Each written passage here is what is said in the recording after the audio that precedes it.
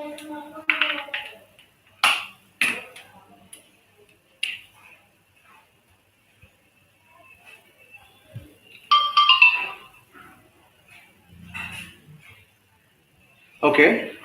welcome to the online lecture on translation. So today in this lecture we are going to see in detail about the translation in prokaryotes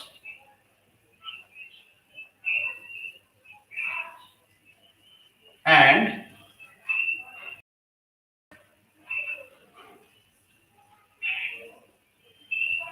so first of all, let's see what is the division of ribosome or the main function of ribosome. So ribosome is the primary organ that is translation.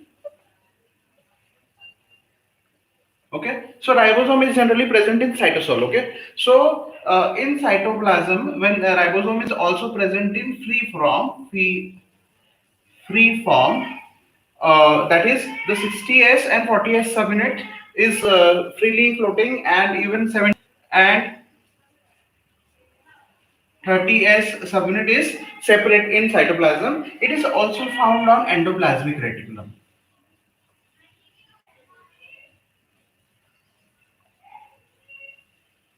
Okay, so therefore the endoplasmic reticulum on which this ribosome is present is called rough endoplasmic reticulum. Okay, so now let's see the division of ribosome before starting with the actual cytoplasm this translation process. Okay, so first of all, let's see how the ribosome is divided into prokaryotes and eukaryotic cell. So first of all, the ribosome discovery was done by George E. Palade. George E. Palade in 1955. Okay, so this was the scientist who first time discovered ribosome, and the term ribosome was given by Richard Roberts. Okay, so this term ribosome term was given in 1950. Okay, so this was about the history, and for this the Albert Claudiu, Christian Dew, and George Palade also got the Nobel Prize. Okay, so let's first see the divisions of ribosome or the types of ribosome that is present in prokaryotic and eukaryotic cell. Okay, so first of all, we are going to see the division of ribosome in prokaryotic cell. Okay, so for in prokaryotic cell, the ribosome is of 70S type. 70S subunit is there. Here S is Swedenborg's subunit. Okay, so Swedenborg subunit means it defines the unit of density in the density gradient centrifugation. Okay, so it is Swedenborg's subunit. Okay, now let's see what is the division. So you know that this is 70S ribosomal subunit that is present in prokaryotic cell. This 70S subunit is divided into 30S subunit, which is the smaller subunit, and the bigger subunit, that is 50S. Okay, so now let's see the further division of 30S and 50S subunit. The 30S subunit is further divided into 16S rRNA. Okay, 16S rRNA. The 16S rRNA is about 1542 nucleotide of length. Means the length of this 30S subunit is 1542 nucleotides. Okay, and then along with that there are different proteins also. So there are around 21 proteins that together makes up the 30S ribosome. Okay, now the 50S ribosome is further divided into many parts. So let's see all the parts. First is 23S subunit, which is about 2904 nucleotide long. Means its gene is 2904 nucleotide. Then there is a presence of another subunit called 5S subunit, which is around 120 nucleotides in length, and there are different proteins. Around there are 31 proteins are present, which together constitutes the 50S ribosome. Okay, so this is the division of the prokaryotic ribosome. Here this is the smaller subunit of ribosome, and this is the larger subunit of ribosome. Okay, so likewise we are going to see the division of subunits in eukaryotic cell.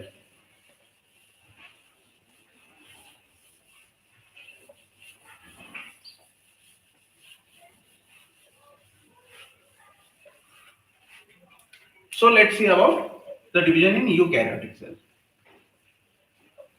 Okay, so in eukaryotic cell, the subunit is of about 80s, means together, the both the subunits together makes 80s ribosomal subunit. Then the smaller subunit is of 40s type. The 40s is further divided into many parts.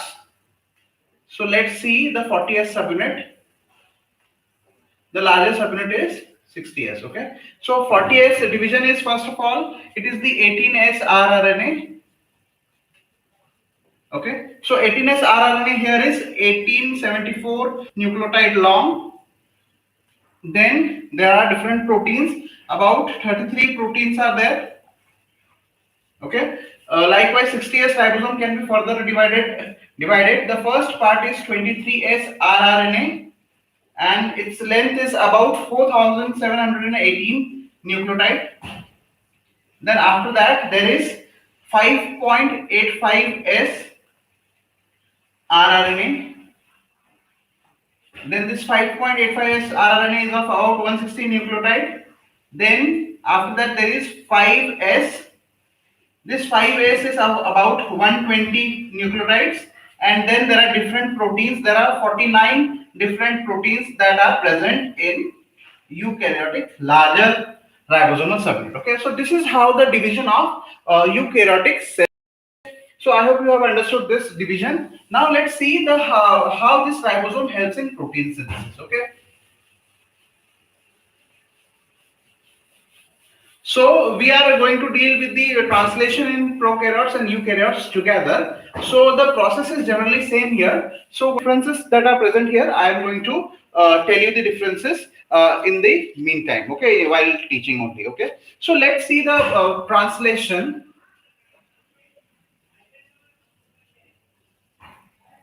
process. There are five different important steps in translation. So let's see the important step first. The first step is activation of amino acids.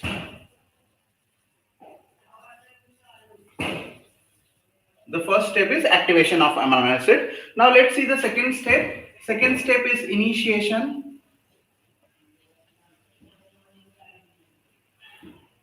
Third step is elongation. Fourth step is termination and release.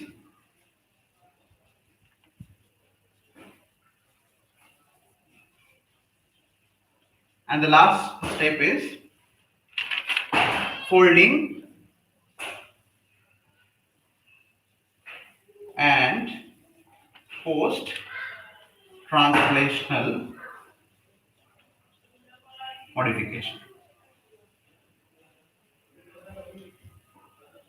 Okay, so we will be covering this topic, that is folding and post translational modification, in a separate video. Today we are going to see till termination, that is translation process in prokaryotes and eukaryotes. Okay, so now let's see the first step, that is activation of amino acid.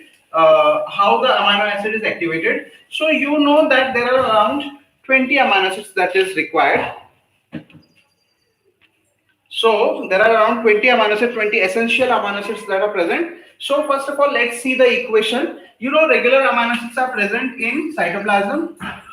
Yes. So this is so let's see how the amino acid is activated here. So amino acid, it binds with the tRNA molecule along with the there's an energy that is used, that is like ATP. ATP is the energy source here that is used for activation here. Now this ATP is taken, and then in presence of Mg2 positive ions, and an enzyme called as amino acyl tRNA synthetase. Okay, so this enzyme, what it does, it attaches the amino acid to the tRNA. Okay, now this amino acid is converted into amino acyl tRNA. Okay, amino acyl tRNA plus there is inorganic phosphate plus ADP is released. Okay, so this is the reaction, first reaction, that is activation of amino acid. So in this reaction, what happens? The amino acid is attached with the tRNA, specific tRNA for specific amino acid. Okay, so it is attached here, and using the ATP it is attached, and the enzyme used here is amino acid tRNA synthetase, and it converts this into amino acid tRNA. Now this tRNA is helping binding to the specific site on the codon, or that is on the mRNA. Okay, so this was the first step, that is activation of amino acid. So this activated amino acid forms a pool in the cytoplasm, and then it goes and binds to the specific positions on the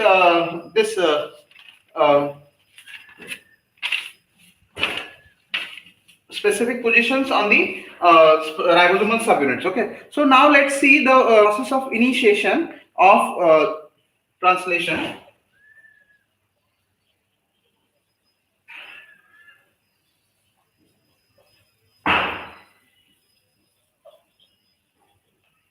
This is the second step of this. So initiation here requires the two codons, or the first initiation code is AUG always. AUG in eukaryotic cell codes for the amino acid methionine. Okay, so same codon is present in prokaryotic cell also, but the amino acid is slightly modified. It is N-formyl methionine. Okay, so for extra protection, this N-formyl group is added to the methionine. Okay, so now let's see what is the process, or how this N-formyl methionine is formed here in prokaryotic cell. The reaction or the reaction where the first tRNA is attached at this position. Let's see that reaction. The first reaction will be for methionine. Okay, so methionine along with the tRNA F-met. So this is the specific tRNA, that is N-formyl methionine tRNA. This F-met tRNA, see this reaction we are seeing in prokaryotes. Okay, so in eukaryotic cell, methionine plus tRNA for methionine. Okay, so here the tRNA is for F-met, that is formyl methionine. Okay, so the first reaction here is methionine plus tRNA F-met along with the ATP. It directly combines with the amino acid synthase enzyme, and it forms methionine tRNA plus methionine. After the formation of methionine tRNA, the ADP and IP is released, that is inorganic phosphate. Okay, so this is the reaction here, how the methionine tRNA is formed. Now after that, this methionine tRNA has to be added with the formyl group. Okay, so this formyl group is added by another compound, that is N10-formyl tetra hydrofolate. N10-formyl tetrahydrofolate. What this compound does? This compound is very important also in nucleotide biosynthesis. Now this compound, it helps in transferring this N-formyl group to the methionine tRNA here. That is methionine binded with tRNA. Okay, so here you can see this methionine tRNA or methionine tRNA is converted into F-met tRNA for F-met. That is N-formyl methionine plus tetrahydrofolate is removed. Okay, or the tetrahydrofolate is removed. Okay, so this is how the activation of amino acid, that is F-met tRNA, is taking place. Means this is the initiator tRNA that is required for the initiation in prokaryotic cell. In normal eukaryotic cell, what will happen? The methionine will directly bind to the tRNA, that is for only methionine. Here for prokaryotic it is F-met tRNA, but for eukaryotic cell it will be only methionine tRNA. Okay, so here it forms F-methionine tRNA that will help in initiation process. Okay, so now this was the first step here. in initiation. Let's see now how the subunits combines together, the smaller and the larger subunit, in case of prokaryotes as well as eukaryotes. First of all, we are going to see this whole thing in prokaryotic cell. Okay. So first of all, what happens? There is a sequence called the actual sequence is 5 prime A G G A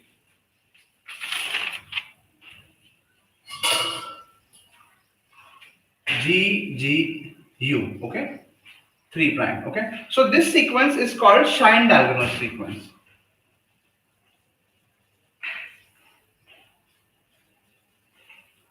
Shine diagonal sequence.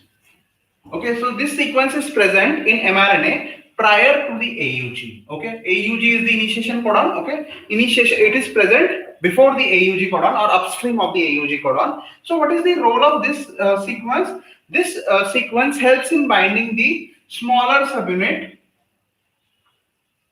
of ribosome. Okay, smaller subunit of ribosome. So what happens here, there is a presence of anti-shine diagonal sequence in the smaller subunit of ribosome. So this anti-shine diagonal sequence, what it does, it complements with the shine diagonal sequence present on the mRNA. Okay, so it will be like this. See, this suppose this is the mRNA, so it will be shine diagonal sequence, then there will be AUG codon, and then likewise this whole mRNA will be there, and then 3 prime end of the mRNA will be there. Okay, so first shine diagonal sequence is there, and anti-shine diagonal sequence is present in smaller subunit that helps the smaller subunit to bind at this position. Okay, so now let's see how the assembly takes place here. Now you have understood the shine diagonal sequence role and how it helps in binding of smaller subunit to the mRNA. Okay, so let's see how the binding takes place now. What happens? The smaller subunit is already in binded with the, at the starting. What happens? The subunit is already in attachment with the this translation factor, translation initiation factor IF3 and IF1. Okay, so suppose this is the smaller subunit of ribosome. There are two sites here. One is called P site, another is called A site. A site here is amino acyl site, and P site is peptidyl site. Okay, so what happens? This IF3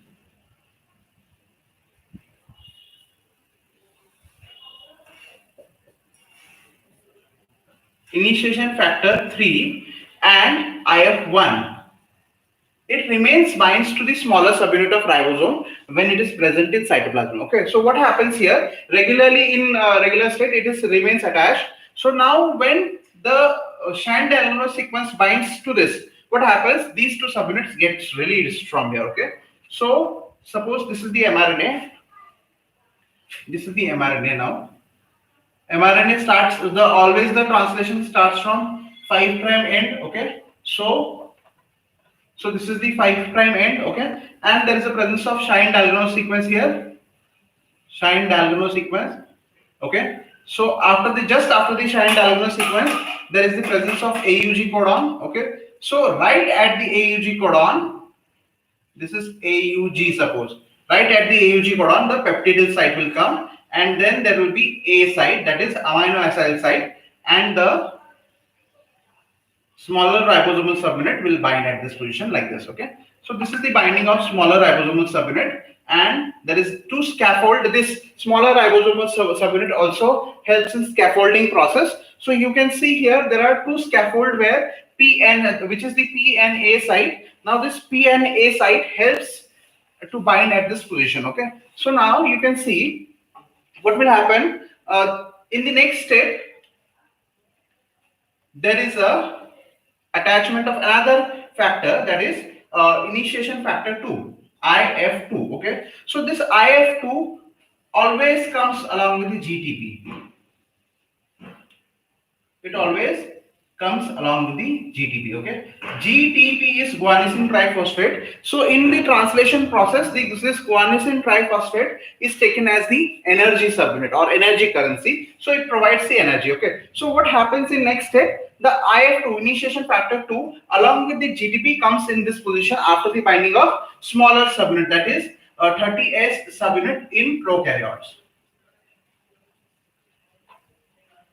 Okay, so now what this does, it provides the energy and helps the IF2 to bring the another the first tRNA, that is, so this is the clover leaf model of tRNA. I am drawing it like this. So the amino acid brought by this is F-met. So this will be F-met tRNA. Now you can see the F-met tRNA will have a very specific code, that is anticodon. So if the codon is AUG, the anticodon will be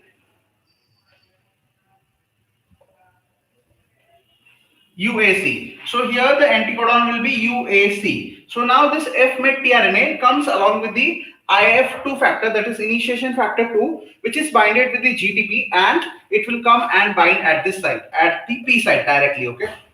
So let's see how this happens. I hope you have understood the binding of IF2, GTP, and the F-met F-methonyl tRNA. We are talking in prokaryotic cells, so therefore it is N-formyl methionine tRNA. So N-formyl methionine amino acid is attached at this position. Okay. So what happens now? This N-formyl methionine tRNA and the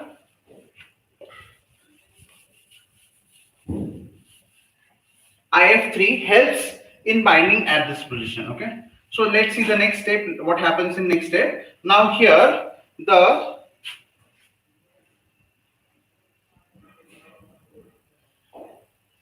methionine tRNA is going to bind at this position. The codon for methionine tRNA anticodon is UAC, which is complementary to the AUG codon, and the tRNA will be binding like this. Okay.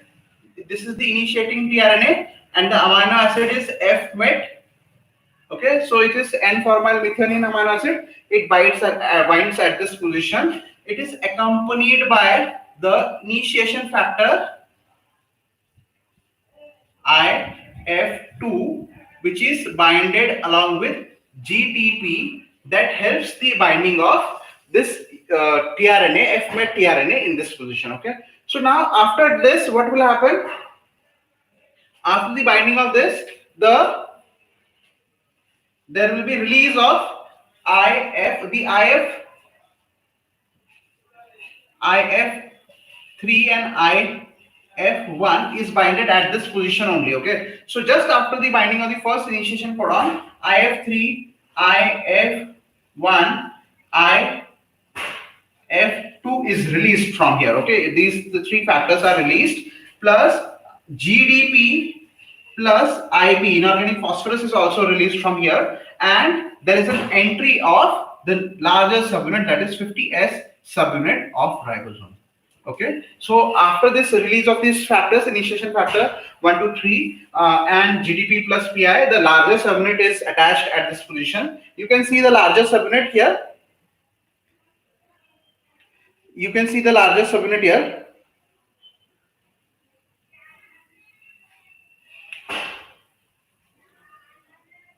Let's see the next step. The larger subunit is going to attach at this position. Okay, so I'll show you how it is going to attach.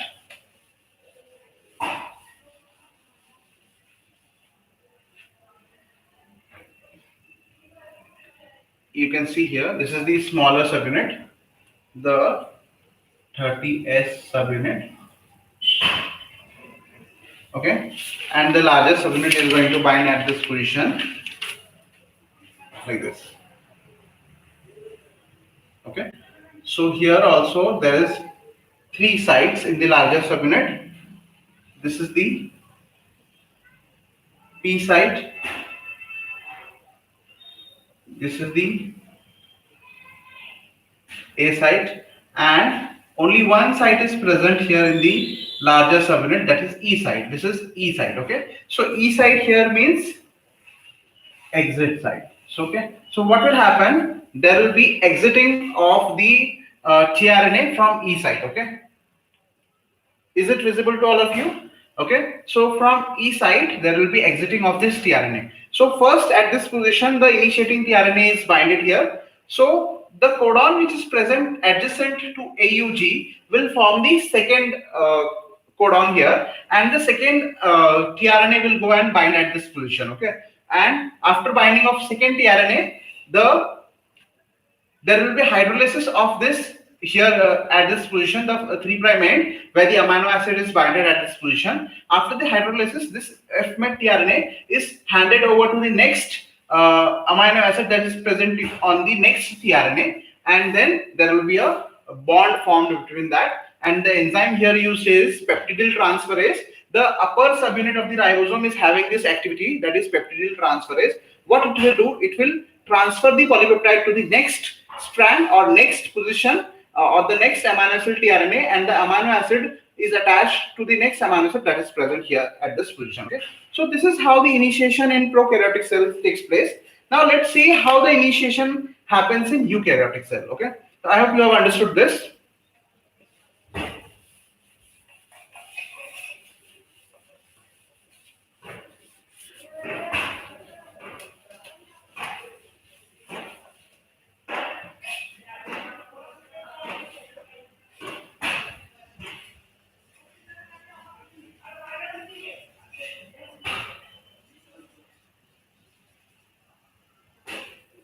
Now let's see how the initiation in eukaryotes happen. In prokaryotic cell, it was initiation factor 1, 2, 3 like that. Here it will be eukaryotic, EIF. It will be like this. The factors will be written like this. EIF, eukaryotic initiation factor 1, like that. It will be written here. Okay. So normally what happens in eukaryotic mRNA, there is a bit difference. You can see here, suppose this is the eukaryotic mRNA. So there will be a poly A tail in 3' end, and there will be a cap, that is 5-methyl guanosine cap in the 5' end, which is attached for the protection. Okay, so what happens here? First of all, there will be binding of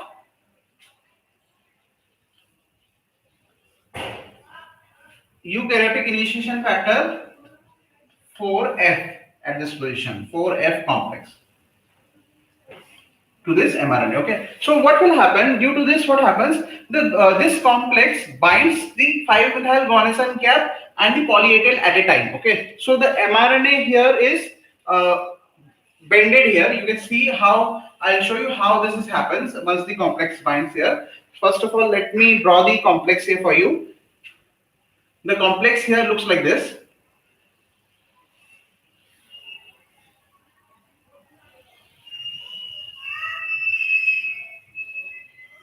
Okay, so the three factors here is EIF, 4E. The next factor is EIF, 4G, and the next factor is PAB. Okay, PAB full form is poly A binding protein. Now this mRNA is folded like this. The 5' end of mRNA is on this side,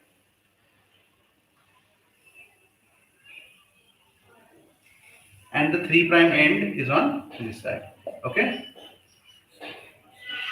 Okay, so in eukaryotic cell, it happens like this.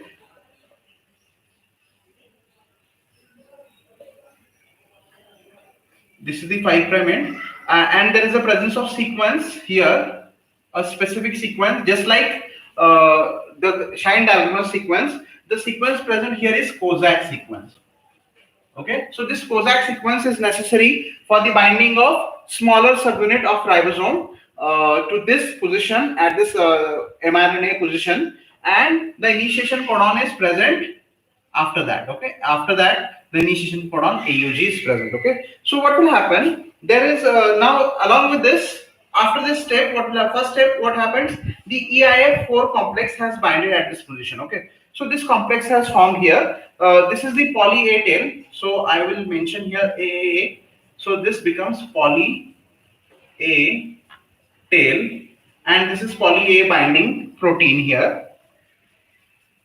that helps in binding of poly A site, okay, poly A tail site, okay. So now what happens in next step? There is another factor, that is eukaryotic initiation factor 3 plus the larger subunit, that is smaller subunit, that is 40S subunit binding takes place. Okay, 40S subunit is going to come and bind at this position. Okay, so when the 40S subunit comes here, you can see next step, this initiation complex is formed. Now the next step is the binding of initiation factor 3, eukaryotic initiation factor 3 plus 40S subunit. Okay, so this binding I will show you in this diagram only. You can see here in the next step, the initiation factor 3 comes and binds like this. I'll show you with another ink. It comes and binds like this. Okay, this is eukaryotic initiation factor 3. Okay, this comes along with the smaller subunit of ribosome, that is smaller ribosomal subunit, that binds at this position like this. Okay, it binds at this. So this black colored ink is the smaller ribosomal subunit that binds at this position, and the whole subunit looks like this. Okay, so I'll rub this for you. So this is the smaller ribosomal subunit. You can see here it has binded at this position, and the eukaryotic initiation factor 3 has binded on the top. That helps in binding of the smaller subunit. Okay, so now in the next step, what will happen? There is a release of EIF3 plus EIF4E plus, there is a release of EIF4G plus PAB. So all this is now required, now not required, because initiation has occurred and the smaller subunit has binded at this position. So all the subunit will be removed now. Now after that, what will happen? The smaller subunit has binded here. So you can see these subunits will be removed, and here exactly at the AUG site there is a binding of AUG site. There is a binding of this smaller subunit having the P site at the AUG region. Okay, so I will show you how actually it happens. These all subunits, that is eukaryotic initiation factor subunits, have been removed now.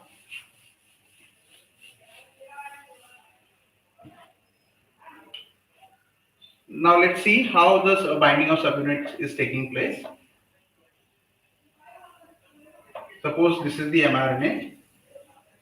Okay, so right at this AUG site, there will be this P site and there will be this A site in the smaller subunit. So this is the smaller subunit that I have shown now in eukaryotes. Okay, after that, after the release of all the subunits, there is binding of 60S ribosomal subunit, that is larger subunit at this position. Okay, so larger subunit will only have the E site, otherwise the smaller subunit will not be having the E site here. Okay, remember that smaller subunit will not have E site, that is exit site. Smaller subunit will only have the A and P site. Okay, so you know that this A site is for amino acid tRNA addition. Here the new amino acid tRNA will be added at this position. P site is the peptidyl site and E site is the exit site for tRNA. Okay, so now what happens here? At the AUG codon, the first tRNA is going to bind at this position. Okay, so first tRNA, always you know that it is UAC, that comes in this scenario along with the larger subunit. Okay, so it comes with methionine and it is accompanied by GTP. Okay, what happens here? It is accompanied by GTP. So the GTP here, that is guanosine triphosphate, helps in binding of this methionine tRNA at this position, which brings about the methionine amino acid along with this, and the initiation takes place. So this is the 5' end, and here on this starting of this 5' end, there will be a Kozak sequence. Okay, that helps in binding of smaller ribosomal subunit, and this ribosomal subunit is having the anti-Kozak sequence. Okay, so what happens? This helps in recognition of the Kozak sequence and binding at this position. Okay, so this is how the initiation in prokaryotes and eukaryotes takes place. Now let's see the next state is elongation in prokaryotes and eukaryotes. Okay, so the elongation is pretty much same in prokaryotes and eukaryotes. That is in both the organisms. Let's see the elongation diagram here.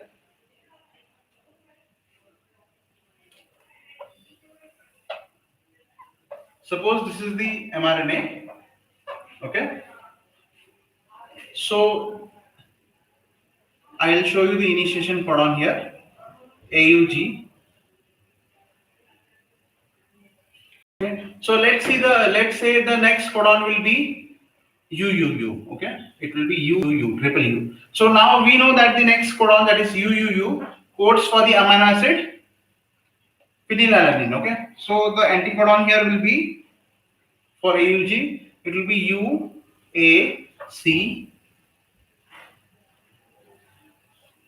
It is always methionine. Okay, so this is the P site, this is the A site, and this is the E site, that is exit site, and this is the larger subunit of ribosome, and this is the smaller subunit. So this is either 70S or 50S or 60S. Okay, and this is 30S or 40S. Okay, so now what will happen here? This is the E site, this is P site, and A site. Okay, so in elongation, the next codon, so this is 5' to 3' of mRNA. Okay, so this blue line is mRNA here. So the next codon is UUU. Okay, so next codon is UUU. What will happen here? The next codon here UUU comes and binds at this position, and the amino acid tRNA along with the anticodon. Okay, so next amino acid tRNA will be like this. Okay, so there will be anticodon for U. It will be AAA. Okay, and this AAA will be coding for the amino acid phenylalanine. Okay, phenylalanine amino acid will be there. So phenylalanine amino acid comes and binds at this position. Okay, so this is coming with a factor that is called EFTU. Okay, there are three factors here. Let me tell you first. The first factor is EFTU. The second factor is EFTS, and the third factor is EFG. Okay, so these three factors are helping in the elongation. So therefore, it is elongation factor TU, elongation factor TS, and elongation factor T, elongation factor G. Okay, so all these elongation factors helps in the binding of the ribosomal subunit. Okay, so now the elongation factor TU, it always comes with the GTP. Okay, remember, it always comes with the GTP, that is one is in triphosphate. Okay, so this EFTU, it is binded with the amino acid tRNA that is next coming and binding at this position. Okay, so the role of EFTU is to bring the energy along with it and to bring the amino acid tRNA that is binding position next. Okay, so here what will happen? So there will be addition of EFTU GTP. Okay, EFTU factor, EFTU GTP, which is binded to the next tRNA, that is phenyl tRNA. Okay, so phenyl tRNA will come and bind at this position. Okay, so let's say the next tRNA here. So this will be phenyl alanine. Okay, so the codon here, anticodon, will be AAA, and this is going to bind at this position. Okay, so the next amino acid will be there. Okay, now there will be one important transition here. In next step, what will happen? There is a binding of the factor that is EFG. Okay, EFG. Okay, so in next step, what will happen? The binding of factor called as EFG GTP Okay, so this EFG GTP is the factor which brings about guanosine triphosphate as the energy source. What this guanosine triphosphate does? This guanosine triphosphate helps in translocation of the whole ribosomal machinery to the 3' end. Okay, so this mRNA is read in this direction. You know it. Okay, so what will happen? The whole ribosomal assembly will be shift to the next side by using EFG GTP. This EFG it is also called as translocase. Okay, so what is going to happen now here? This larger subunit of ribosome is having one activity called as peptidyl transferase. Okay, so this peptidyl transferase activity of this larger subunit, what is going to do in this?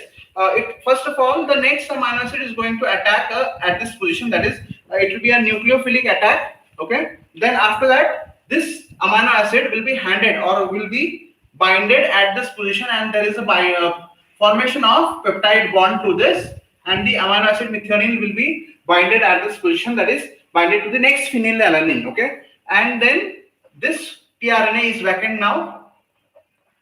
It is not having any amino acid because this the amino acid is removed from this by using peptidyl transferase, and then the amino acid is attached to the phenylalanine that is present in A site, and the EFG GTP this translocate in the further direction. Okay, so due to this, what is going to happen?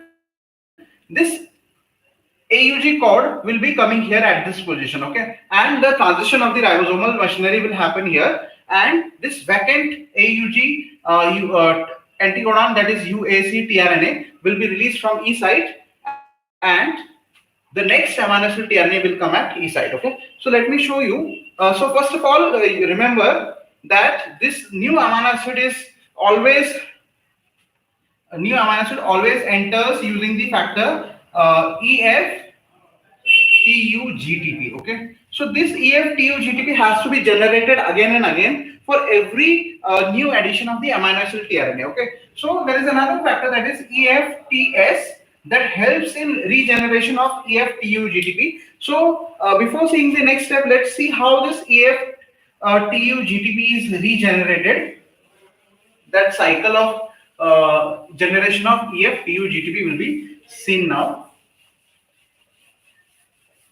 So the difference only is that all these elongation factor is added within small e, so that will be a eukaryotic initiation factor. Okay, so now let's see the cycle here.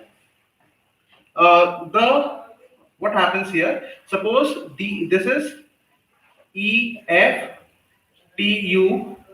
and this is GTP. Okay, so you know that this is always in the binding with the anticodon. Suppose the anticodon that we saw in last step was AAA. So this was coding for the amino acid, that is phenylalanine.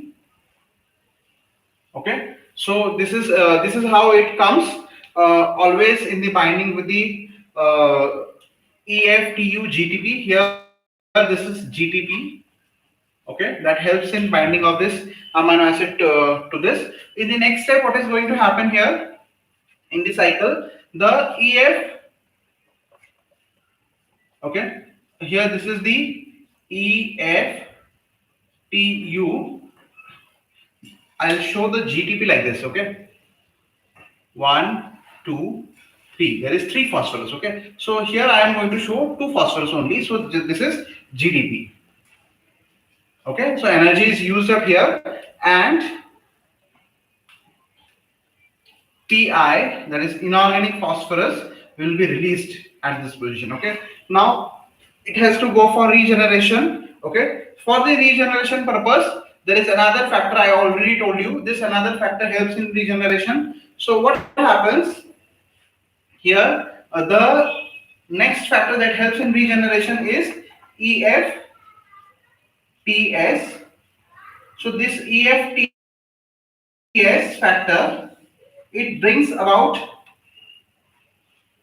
the new GTP molecule brings about the new GTP molecule along with it. Okay, so this is guanosine triphosphate, the 3-phosphate I am showing here. So what it does, this EFTS, it brings about the new GTP molecule here in this reaction set. Okay, so now what will happen? There will be a complex formed between EFTU and EFTU and EFTS. Okay, so the EFTS is having triphosphate along with it, guanosine triphosphate, and this is having diphosphate. Okay, EFTU. Okay, so what happens in this reaction?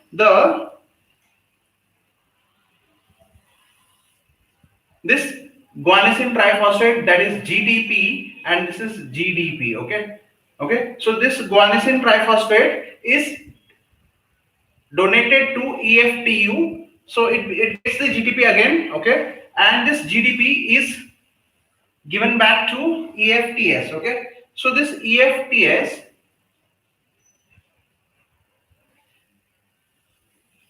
it takes the GDP back from the EFTS. So this GDP will be 2 here, 2 phosphate.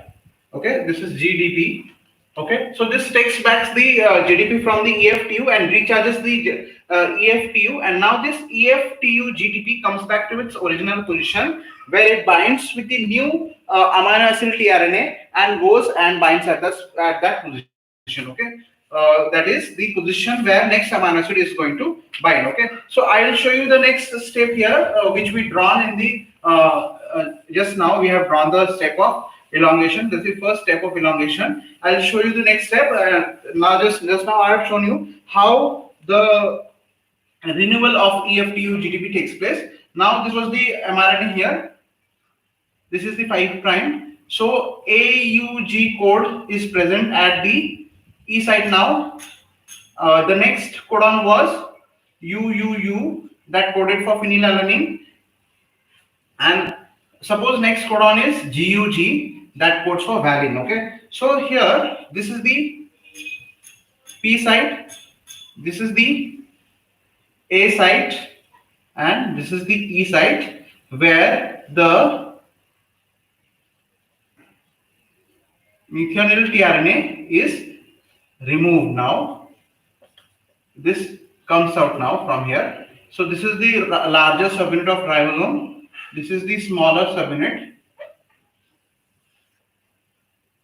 Okay, so this is the smaller subunit of ribosome here. So this is P site and this is A site. Okay, so now what will happen here? I already shown you that the tRNA that is binding at this position is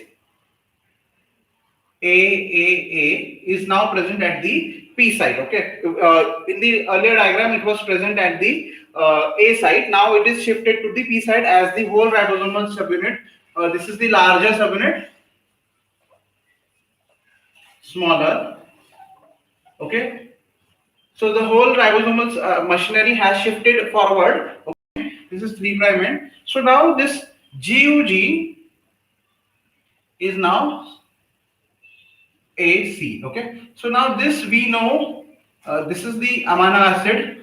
Here you can see the amino acid coded was PHE, that was phenylalanine. Okay, so the previous amino acid here, you can see the previous amino acid will be methionine, that is binded at this position. Okay, so this methionine amino acid has binded to the.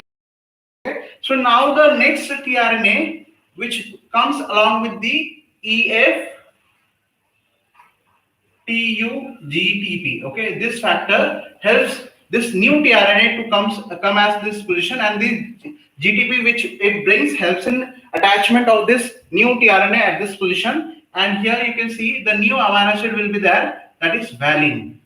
Okay, so the GUG codes for valine. Okay, so now what will happen? The peptidyl transferase activity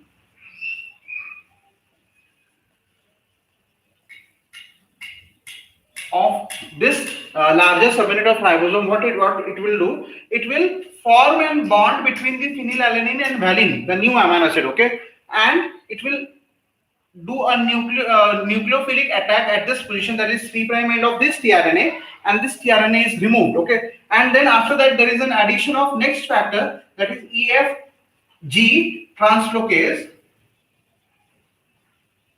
that is along with the GTP, that comes along with the GTP, that helps in translocation of ribosome to the next step. Okay, so the whole process occurs step by step, and this UUU will be shift to the next position, and from this position in this step what will happen, the AUG codon, that is UAC tRNA or methylene tRNA, will be released into the cytoplasm, and then in next step this UUU comes at this E site, and the next amino acid tRNA is going to add at this position. Okay, so this is how the process continuously takes place till the termination codon is reached. You can see this is AA poly A site, and before that there will be a termination codon UAG, UAA or UGA. Okay, so these are the three termination codon that will be present on the ending of this mRNA before the poly A tail. Okay, so till the termination codon is reached, this whole process of elongation takes place continuously, and the polypeptide is going to form. Okay, so at this position there will be number of amino acids attached to this polypeptide, and the elongation proceeds in this manner. Okay, so now let's see how the termination occurs in eukaryotic as well as prokaryotic cell. Just the difference in factors is, in eukaryotic cell you have to add a small e before the factor, so it becomes eukaryotic initiation factor or eukaryotic elongation factor, like that. Okay, so now let's see the termination. I'll show you the termination process now. So first of all, let me tell you that there are three factors: release factor 1, release factor 2, release factor 3. Okay, in eukaryotes it is eukaryotic release factor 1, eukaryotic release factor 2, and eukaryotic release factor 3. Okay, three release factors that recognizes the three codon, that is UAA, UAG and UAC. So these are the three termination codon. So when this codon is reached on mRNA, the release factor comes and binds at this position instead of the tRNA. Okay, there, and what will happen, let's see now. So now we are seeing the termination process of the translation. So let me first do the mRNA here. Okay. For example, the last amino acid was GUG, suppose, and next is termination codon, that is UAG. Okay, so this is the P site, this is the A site. Okay, and this is the E site. This is the largest subunit of ribosome. This is the smallest subunit of ribosome. This is smaller subunit in prokaryote and eukaryote. Okay, so now you can see here at this position the last tRNA is there. Okay, so for GUG it will be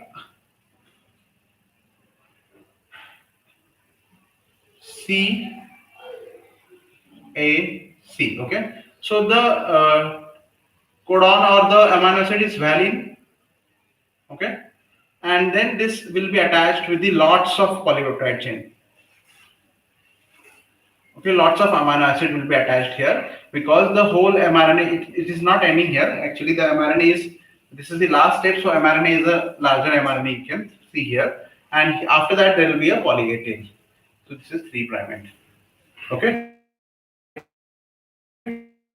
so so what will happen now, we are seeing the translation. This is the E side, this is P side, and this is A side. Okay, so now you are seeing that the stop codon is being encountered at this position. Okay, stop codon is UAC here, so obviously there is no tRNA for this stop codon. Okay, we don't have a tRNA for stop codon. Okay, so what is going to happen now?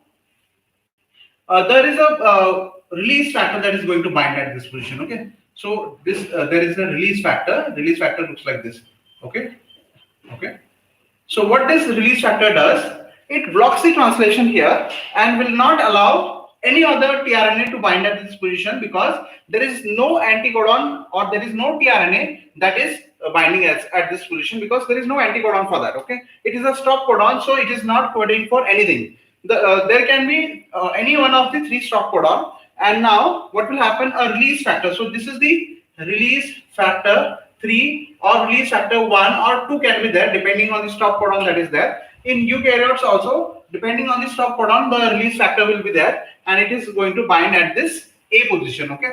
So once it binds at this position, it will the peptidyl transferase activity will not happen and the ribosome will translocate. Okay. So due to this, what is going to happen? There is a release of polypeptide from the ribosomal machinery. Okay. So after the release, what is going to happen now? The UAG codon is present at this position. Okay. So before the release, there is an attachment of H2O molecule at the end of polypeptide. Okay. So H2O molecule, that is water molecule, is attached at this position and the polypeptide will be removed from there. So you can see the polypeptide is released like this. This is the amino acid, suppose. Okay. So this is the carboxy terminal end.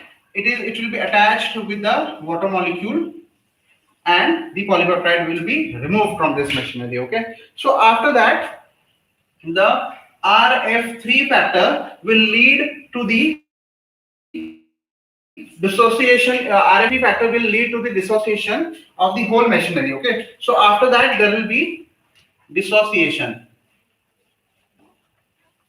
okay, of this whole machinery. Okay. So once the whole machinery dissociate, what is going to happen? Smaller subunit is released in the cytoplasm. The smaller subunit, you can see the smaller subunit is released like this. The larger subunit is released like this, and the whole assembly dissociates. Okay. So again, for the new process, the initiation occurs again, and this is how the whole translation process takes place. Okay. So generally in prokaryotic cell there are 3 release factors. Sometimes in eukaryotic cell there is only 1 release factor. Okay, eukaryotic release factor. In some organisms it is 1, 2, 3 also. So it depends on the organism to organism what kind of release factor will be there, and thereby it comes and binds at this position. Okay. So this was the whole process of translation. I hope you have understood the whole process. I have shown the whole process diagrammatically here. So if there is any question, do comment and please subscribe the channel. Thank you for watching.